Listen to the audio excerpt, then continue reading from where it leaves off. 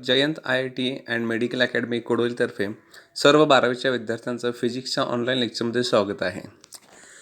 तर जसं की आपण पहिला चॅप्टर स्टार्ट केला होता, आपल्याकडे रोटेशनल डायनॅमिक्स असा काय आहे, पहिला जो चॅप्टर आहे त्याच्यामध्ये दोन प्रकारच्या मोशनची माहिती सांगितलेली आहे आणि आपण हा चॅप्टर स्टार्ट पण केलेला आहे. आपले सुरुवातीचे जे व्हिडिओज आहेत ते पूर्णपणे काय आहेत, त्या सर्क्युलर मोशन डिफाईन करणारे, एक्सप्लेन करणारे आहेत. सो तुमचे ते लक्षात असतील असं गृहीत धरून, किंवा नसतील तर एकदा काय करा, ते थोडंसं रिवाईज करून घ्या. टेक्स्टबुक आहे तुमच्याकडं, ते थोडंसं बघून घ्या. तुम्हाला ते थोडंसं मागचं काय होईल समजेल, फॉर्म्युले लक्षात येतील. तरी पण आपण एक थोडंसं काय करूया, त्याच्यामधलं क्विक रिव्हिजन घेऊया. सो आपल्याकडे काय आहे, रोटेशनल डायनॅमिक्स पहिला चॅप्टर. त्याच्यामध्ये काय आहे की दोन प्रकारच्या मोशन, एक आहे सर्क्युलर मोशन आणि दुसरी आहे रोटेशनल मोशन. सो सर्क्युलर मोशनचा आपण बऱ्यापैकी पार्ट कवर केलेला आहे. सो आपल्या लक्षात असेल तर बघा की सर्क्युलर मोशनमध्ये आपल्याकडे फॉर्म्युले आत्तापर्यंत जे काही जमा झाले आहेत ते आहेत angular velocity omega is equal to theta upon T, angular displacement theta is equal to S upon R, ज्याच्यामध्ये एस काय आहे आर्क लेंथ आणि आर काय आहे radius of the circle. Angular acceleration alpha is equal to omega upon T. Time period T is equal to 2π, किंवा आणखी एक time पिरियडचा formula आहे 2πr अपॉन व्ही. फ्रिक्वेन्सीचा फॉर्म्युला मग आपल्याला माहीत आहे एन, स्मॉल एन किंवा स्मॉल एफ पण चालतो आहे, रेसिप्रोकल ऑफ टाईम पिरियड. किंवा आणखी एक फॉर्म्युला आहे ओमेगा अपॉन 2π.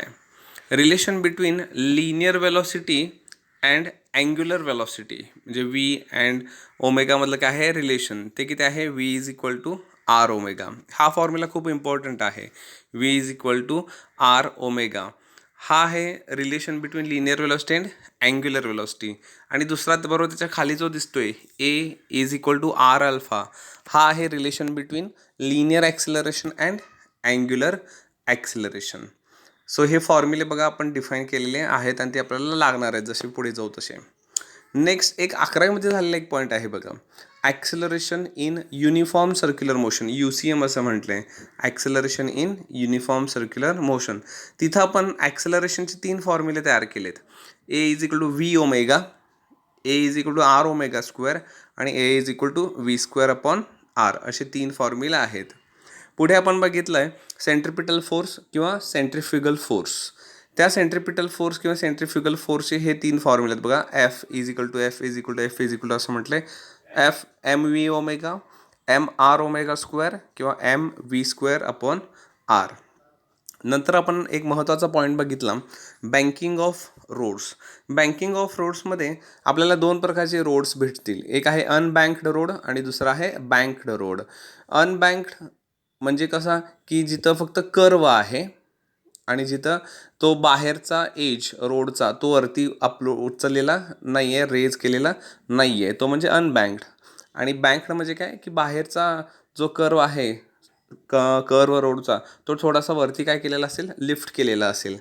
मग जर आपल्याकडे 2 प्रकारचे काय आहेत वेलॉसिटीचे फॉर्म्युले आहेत, एक आहे V is equal to mu R G, ज्याच्यामध्ये म्यू म्हणजे कोण आहे कोइफिशियंट ऑफ फ्रिक्शन. हा जो फॉर्म्युला आहे तो कोणासाठी आहे अनबँक्ड रोडसाठी. आणि V is equal to R G tan theta हा जो वेलॉसिटीचा फॉर्म्युला आहे तो कोणासाठी आहे बँक्ड रोडसाठी आहे. म्हणजे ह्याच्यामध्ये थिटा आहे, जो बँक्ड रोडचा फॉर्म्युला त्याच्यामध्ये अँगल ऑफ बँकिंग असणार थिटा, आणि जो अनबँक्डसाठी आहे त्याच्यामध्ये म्यू असणार, फ्रिक्शन असणार. हे दोन्ही फॉर्म्युले सोडून एक कंबाईन एक फॉर्म्युला आहे आपल्याकडे, तो बघा थोडासा मोठा दिसतोय, व्ही इज इक्वल टू रूटमध्ये आर जी आणि परत बॉक्समध्ये म्यू एस, म्हणजे तो mu plus tan theta 1 minus mu tan theta. So हे आपल्याकडे काय आहे तर वेलॉसिटीचे फॉर्म्युले. आणि हा सोडून बँकिंग ऑफ रोडमध्ये आणखी एक सगळ्यात शेवटी जो दिसतोय तो एक फॉर्म्युला आहे अँगल ऑफ बँकिंगचा, तो आहे theta is equal to tan inverse V square upon R G. So हे फॉर्म्युले बघून घ्या, ह्याच्याशी रिलेटेड पॉईंट बघून घ्या, तुम्हाला चॅप्टरमध्ये आपल्या पहिल्या हे सगळे पॉईंट सापडतील.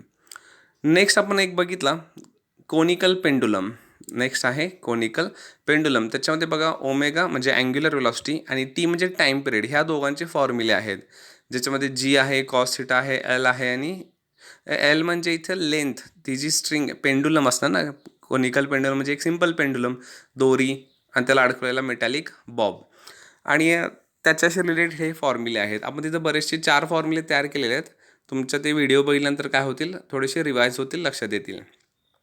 आणि नंतर एक महत्त्वाचा पॉईंट आपण बघितला, व्हर्टिकल सर्क्युलर मोशन. ह्या व्हर्टिकल सर्क्युलर मोशनमध्ये आपण पहिल्यांदा एक असं स्ट्रिंग घेतली, त्याला अडकवलेला एक स्टोन घेतला आणि की तो असं उभा फिरवला आहे, गोल फिरवला आहे. आणि त्याच्यामध्ये आपण हायेस्ट पॉईंट, लोएस्ट पॉईंट आणि मिडवे पॉईंट असे 3 पॉईंट घेतलेत आणि त्यांना आपण ABC असं नाव दिलेलं. मग तिन्ही जागी, तिन्ही पोझिशनला काय असणार आहे, टेन्शन डिफरंट असेल, वेलॉसिटी डिफरंट असेल. मग ते जे टेन्शन आहे T1, T2, T3, highest, lowest आणि की मिडवे पोझिशनचा टेन्शन्स, हे त्यांचे फॉर्म्युले आहेत. ज्याच्यामध्ये बघा V1, V2, V3 असं दिसते. V3 तिथं लिहायचं राहिले बघा सगळ्यात शेवटच्या फॉर्म्युल्यामध्ये. सो V1, V2, V3 हे काय आहेत, linear velocity ABC, highest, lowest आणि मिडवे पॉईंटला. ते तुम्हाला डायग्राम बघितल्यानंतर, एक्सप्लेनेशन लास्ट व्हिडिओज आपले बघितल्यानंतर तुमच्या पटकन लक्षात येईल. ते तिथंच आपण वेलॉसिटीचे फॉर्म्युले पण बनवलेत. V1, V2 आणि V3, route RG, route 5RG आणि रूट 3RG असे काय आहेत, वेलॉसिटी आहेत. सो हे एवढे फॉर्म्युले आपल्याला सर्क्युलर मोशनशी रिलेटेड मिळाले. आपण रोटेशनल मोशन हा पॉईंट स्टार्ट केला होता आणि त्याच्यामध्ये आपण पहिला बघा formula, moment of inertia, very important formula, तो आपल्याला मिळाला. मोमेंट ऑफ इनर्शिया म्हणजे काय आहे, अशी क्वांटिटी जी रोटेशनल मोशनला काय करत असेल, अपोज करत असेल, रोटेशन मोशन थांबवण्याचा प्रयत्न करत असेल, ती म्हणजे काय आहे, मोमेंट ऑफ इनर्शिया. सिम्बॉल काय आहे, I, आणि जनरल फॉर्म्युला काय आहे, mr², म्हणजेच मास इंटू डिस्टन्सचा स्क्वेअर. मास म्हणजे किलोग्रॅम, डिस्टन्स म्हणजे मीटर आणि डिस्टन्सचा स्क्वेअर आहे म्हणजे मीटरचा square. So kg metre square हे काय होईल, SI युनिट होईल मोमेंट ऑफ इनर्शियाचा. मग हा जो फॉर्म्युला आहे तो तुम्ही असा जनरली पण लिहू शकताय किंवा आपण तो थोडासा एक्सप्लेन पण केला आहे. आपण एक डायग्राम घेतलेली, रिजिड बॉडी घेतलेली, तिचे आपण पार्टिकल्स कन्सिडर केलेले आणि ते पार्टिकल्स म्हणजे M1 ज्याचं मास आहे, M2 दुसऱ्या पार्टिकलचं मास, असं करत करत शेवटचा पार्टिकल N नंबरचा त्याचं मास Mn, असा पण एक फॉर्म्युला तयार केलेला. तो फॉर्म्युला इथं मॅथमॅटिकली असा पण लिहू शकताय, I = summation MI/RI². General formula लक्षात ठेवला तरी तुम्हाला पुरेसा आहे. अजून एक पॉईंट आपण कवर केलेला रोटेशनल मोशनमध्ये आणि तो होता kinetic energy of rotating body. मग कायनेटिक एनर्जी आपल्याला किती मिळालेली, 1/2 I⍵². I इथं काय आहे, मोमेंट ऑफ इनर्शिया आणि ω² काय आहे, अँग्युलर वेलॉसिटीचा स्क्वेअर. हा फॉर्म्युला झाला ह्या चॅप्टरमधला रोटेशनल मोशनमधला. जो आहे कायनेटिक एनर्जीचा, हा रोटेशनल मोशनसाठी आहे. जर समजा आपल्याला एक पार्टिकल आहे आणि की तो लिनियर मोशन करायला आहे आणि त्याची आपल्याला कायनेटिक एनर्जी पाहिजे आहे, मग कायनेटिक एनर्जीचा आपण जनरल फॉर्म्युला काय लिहितोय, 1/2 mv². तो खालती दिला आहे बघा, 1/2 mv². हा झाला आपल्याला माहिती असलेला कायनेटिक एनर्जीचा फॉर्म्युला, जो असतो ट्रान्सलेशनल मोशनसाठी किंवा लिनियर मोशनसाठी जनरली आपण तो वापरतोय. पण रोटेशनल मोशनसाठी जर तुम्हाला कायनेटिक एनर्जी मोजायची असेल तर ती मोजणार 1/2 I⍵² ह्या फॉर्म्युल्याने. सो आता आपल्याकडे काय आहेत, 2 प्रकारच्या कायनेटिक एनर्जी. ठीक आहे, हे एवढे पॉईंट आत्तापर्यंत आपल्याला ह्या चॅप्टरमध्ये कवर झालेले आहेत. आपल्याला आता पुढे जायचं आहे. आपण जे आत्ता डिस्कस केले, जे की रोटेशनल मोशनमधले आपण 2 पॉईंट कवर केलेत, ते पेज नंबर 12 आणि 13वरती तुम्हाला मिळतील बघा. मोमेंट ऑफ इनर्शिया, इथे तो पॉईंट सुरू होतो आहे पेज नंबर 12वरती.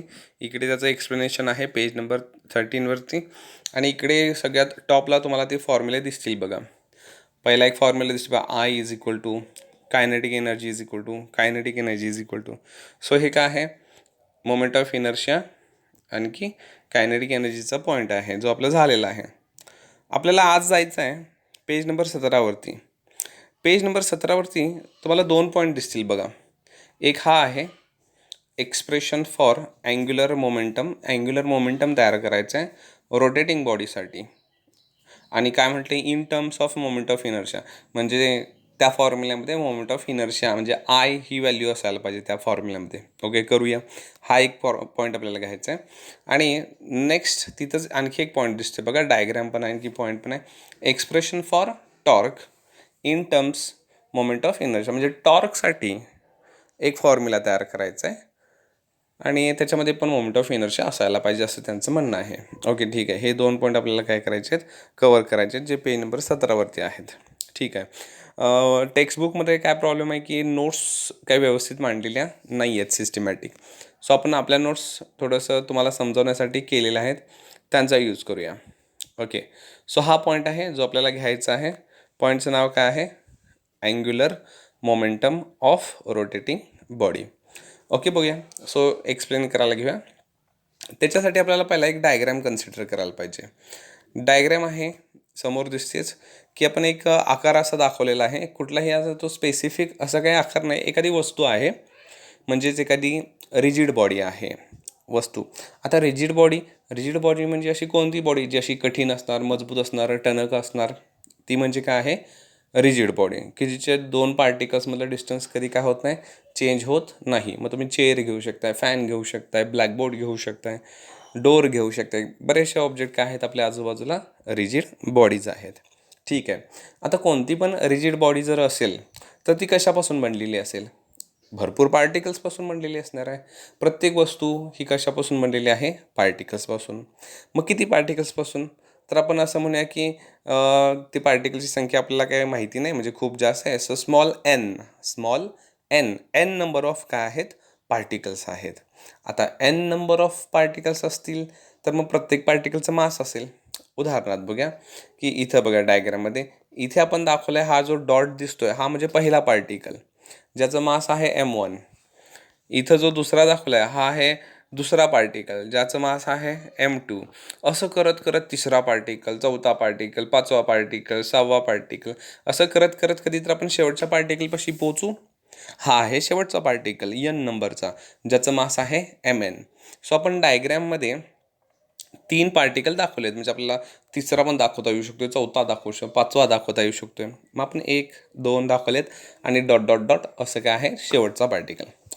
आता ही बॉडी जी काय आहे ती रोटेशनल मोशन करायला, मग ती अशी आहे त्या जागी थांबलेली आहे की गोल फिरायली आहे, म्हणजे जसं फॅन आहे त्या जागी असतो की गोल फिरत असतो, तशी ही बॉडी काय करायला, रोटेशनल मोशन करणारा ऑब्जेक्ट असू दे किंवा सर्क्युलर मोशन करणारा ऑब्जेक्ट असू दे, त्यांना कोण असणार आहे, ॲक्सिस ऑफ रोटेशन. मग आपण इथं हा उभा असा काय दाखवला आहे, ॲक्सिस ऑफ रोटेशन, जो त्या बॉडीच्या ओ पॉईंटमधून पास झाला आहे. बॉडीचा कुठलाही एक असा रँडम ओ पॉईंट ज्याच्यातून तो ॲक्सिस ऑफ रोटेशन काय झाला आहे, पास झाला आहे, आणि बॉडी ह्या ॲक्सिस भोवती अशी गोल गोल गोल फिरत आहे.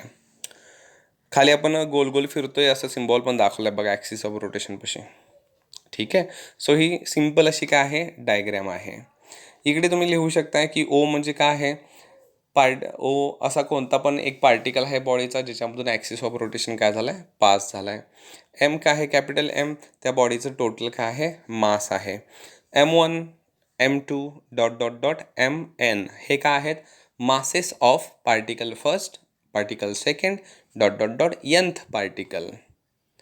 आणि इथे आपण डायग्राममध्ये तुम्हाला लक्षात येईल की आपण जर पहिला पार्टिकल घेतला M1 तर त्याचं ॲक्सिस ऑफ रोटेशनपासून आपण डिस्टन्स दाखवलं आहे R1. इथं जर दुसरा आपण घेतोय पार्टिकल दुसरा ज्याचं मास आहे M2, त्याचं पण आपण डिस्टन्स दाखवले ॲक्सिस ऑफ रोटेशन पण R2. आणि हा Mn लास्टवाला पार्टिकल N नंबरचा, त्याचं पण ॲक्सिस ऑफ रोटेशनपासूनचं डिस्टन्स आपण दाखवले Rn.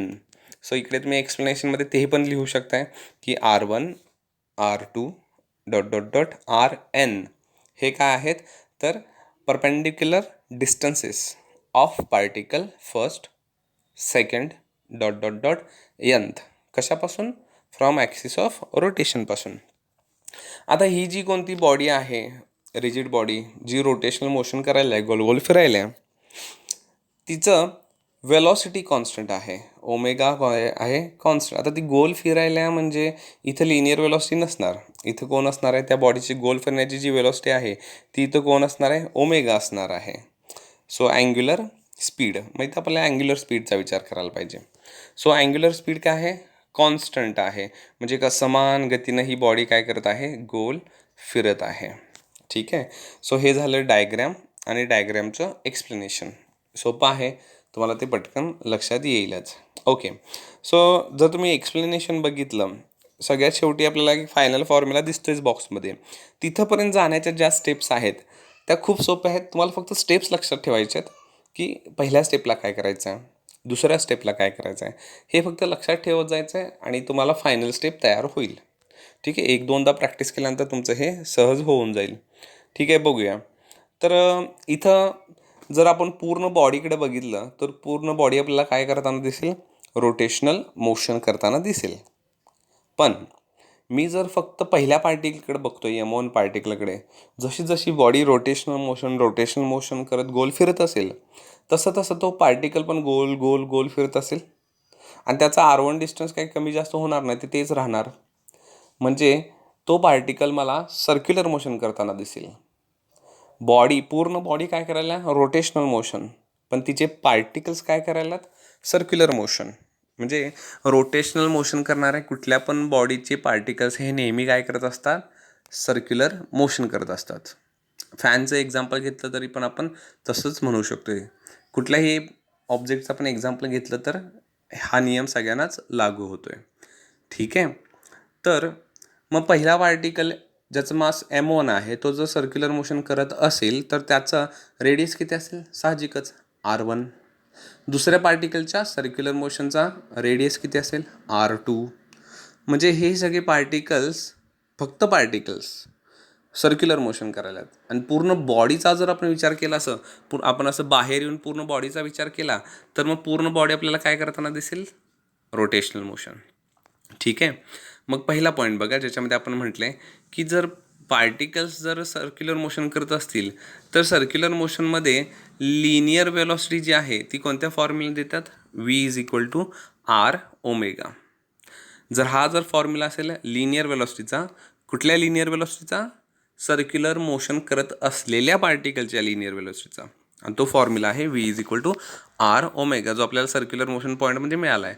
तर मग पहिल्या पार्टिकलची वेलॉसिटी कशी दिसेल, तर पहिल्या पार्टिकलची वेलॉसिटी दिसेल मग V1=R1⍵. ओमेगा कॉन्स्टंट आहे, त्यामुळे इथं ω1 ω2 असं म्हणायची गरज नाही पडणार.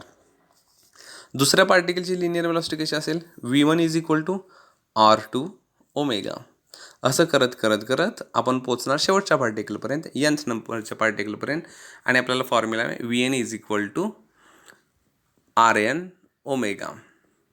सो हे झाले वेलॉसिटी आपण तयार केला. सो पहिली स्टेप लक्षात ठेवा की आपल्याला काय तयार करायचे, लिनियर वेलॉसिटी सर्क्युलर मोशन करत असलेल्या पार्टिकलची.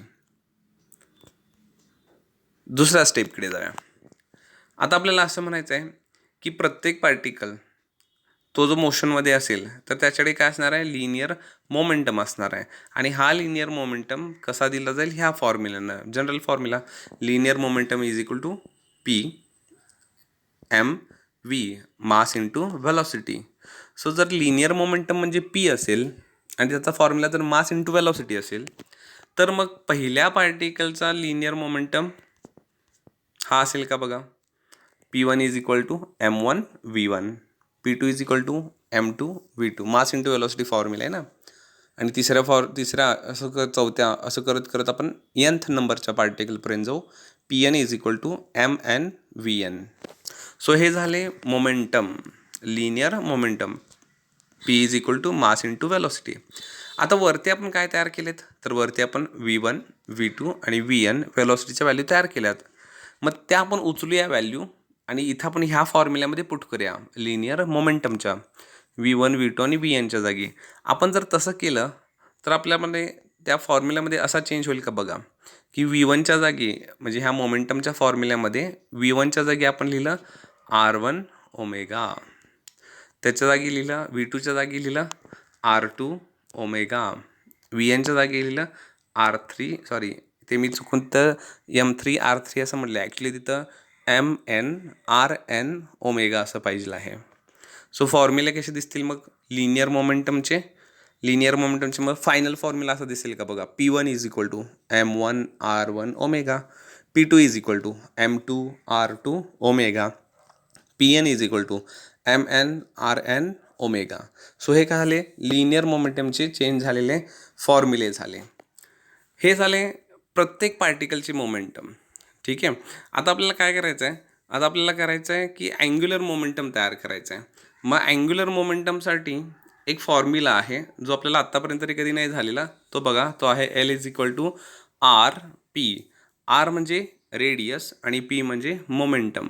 मग जर हा फॉर्म्युला असेल अँग्युलर मोमेंटमचा, तर हा फॉर्म्युला आपण तयार करू शकतो इकडे पहिल्या पार्टिकलसाठी. सो पहिल्या पार्टिकलसाठी अँग्युलर मोमेंटम असेल L1 is equal to R1 P1.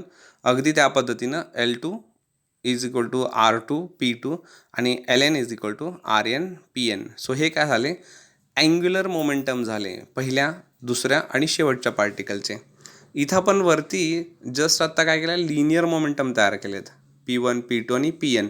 आणि त्यांच्या आणखी फायनल व्हॅल्यू आपल्याकडे आहेत ह्या व्हॅल्यू इथून उचला, आणखी ह्या इथं अँग्युलर मोमेंटमच्या फॉर्म्युल्यामध्ये इथं पुट करा P1 P2 आणि PNच्या जागी. सो इथं जर तुम्ही त्या व्हॅल्यू पुट केल्या वरच्या, तर फायनल फॉर्म्युला आपल्याला असं दिसेल. पहिला अँग्युलर मोमेंटम पहिल्या पार्टिकलचा तो दिसेल M1 R1 square omega M2 R2 square omega MN RN square omega. So हे आपल्याकडे आहेत आता अँग्युलर मोमेंटम प्रत्येक पार्टिकलचे, जे काय करायलेत इकडे सर्क्युलर मोशन करायलेत. सो आपण सगळ्यात पहिला तयार केलेली लिनियर वेलॉसिटी, नंतर आपण तयार केलेली अँग्युलर मोमेंटम, लिनियर मोमेंटम, आणि नंतर आता फायनली आपण तयार केलं आहे अँग्युलर मोमेंटम. आता आपल्याला पाहिजे काय होतं, पॉईंटचं नाव जरासं बघून घ्या. Angular momentum of rotating body. पूर्ण बॉडीचं तुम्हाला काय सांगितलं आहे, अँग्युलर मोमेंटम. आणि आपण इथं तयार कोणाचे केलेत, हे आपण जे तयार केलेत L1 L2 Ln, हे काय आहेत, प्रत्येक पार्टिकलचे आहेत. सो आपल्याला प्रत्येक पार्टिकलचे सेपरेट नको आहेत, आपल्याला पूर्ण बॉडीचे एकत्र पाहिजे आहेत. मग आता एकत्र पाहिजे असेल तर मग एकत्र करायला पाहिजेत, म्हणजे ॲडिशन करायला पाहिजे, सम करायला पाहिजे. सो आपण लास्ट स्टेप बघा, total angular momentum of body is sum of all the particles. सगळ्या पार्टिकलच्या लिनियर मोमेंटमची आपण जर ॲडिशन केली तर आपल्याला काय मिळून जाईल, त्या पूर्ण बॉडीचा टोटल अँग्युलर मोमेंटम मिळून जाईल. ओके, खूप सोपी स्टेप आहे. सो इथं लास्टला बघा, एल इज इक्वल टू, म्हणजे कॅपिटल एल काय आहे, इथं टोटल मोमेंटम आहे बॉडीचा, तो आहे L1 plus L2 plus dot dot dot असं करत आपण कुठे जाऊ, nth नंबरच्या पार्टिकलपर्यंत, आणि तो असेल Ln. मग L1 L2 आणि Lnच्या व्हॅल्यू आपण इथं वरती तयार केलेल्या आहेत. ह्या फायनल व्हॅल्यू ह्या इथून उचला आणि तिथं पुट करा. तिथं पुट केल्यानंतर फॉर्म्युला बघा, M1 R1 square omega plus M2 R2 square omega plus असं करत करत लास्टवाला particle MN RN square omega. आता ह्या ज्या सगळ्या स्टेप्स आहेत त्याच्यामध्ये कॉमन कोण दिसतोय, ओमेगा, अँग्युलर वेलॉसिटी, जी आपण सुरुवातीलाच काय कन्सिडर केली, कॉन्स्टंट आहे. ते ओमेगाला काय करा, कॉन्स्टंट म्हणून बाहेर घ्या. मग इकडे आपण सेकंड लास्ट स्टेपला आपण ओमेगाला काय केले, बॉक्सच्या बाहेर घेतले. तसं केल्यानंतर मग आतमध्ये शिल्लक काय राहिलं, M1 R1 square plus M2 R2 square plus dot dot dot असं करत MN RN स्क्वेअर, आणि ओमेगा इकडे काय आहे, कॉन्स्टंट बाहेर काढलेला आहे. ह्या ज्या ब्रॅकेटमधल्या ज्या व्हॅल्यू आहेत ते आपल्याला माहिती आहेत. जरासं लास्ट लेक्चर रोटेशनल मोशनचं लास्ट लेक्चरचं जे म्हणजे आपलं रोटेशनल मोशनचं पहिलं लेक्चर आणि आपलं लास्ट लेक्चर, त्याच्यामध्ये जरासं चेक करा, तो फॉर्म्युला कोणाचा आहे, मोमेंट ऑफ इनर्शियाचा. म्हणजे ही जी ब्रॅकेटमधली व्हॅल्यू आहे ती जर आपण एका मॅथमॅटिकल फॉर्म्युल्यामध्ये पुट करायची झाली तर आपण तिथं समेशन यूज करणार, समेशन MI RI स्क्वेअर, आणि बाहेर काढलेला हा कॉमन कोण आहे, ओमेगा. सो इथं त्या ब्रॅकेटच्या ऐवजी आपण पुट करणार आय म्हणजे मोमेंट ऑफ इनर्शिया, आणि हा कॉमन काढलेला ओमेगा. सो खालती सगळ्यात शेवटी बॉक्स केलेला आहे, इकडे आहे L, त्या इकडच्या बॉक्सच्या समेशनच्या फॉर्म्युलेच्या ऐवजी पुट केले आय आणि कॉमन काढलेला आय. सो आपल्याला मिळेल angular momentum I omega. Very important formula, L is equal to I omega. Angular momentum आणि त्याचा SI युनिट आहे kilogram metre square per second, आणि त्याचे डायमेन्शन्स आहेत L⁻², M⁻⁴, T⁻⁻⁻1. सो हा जो पॉईंट आहे त्याचा स्क्रीनशॉट मारून घ्या.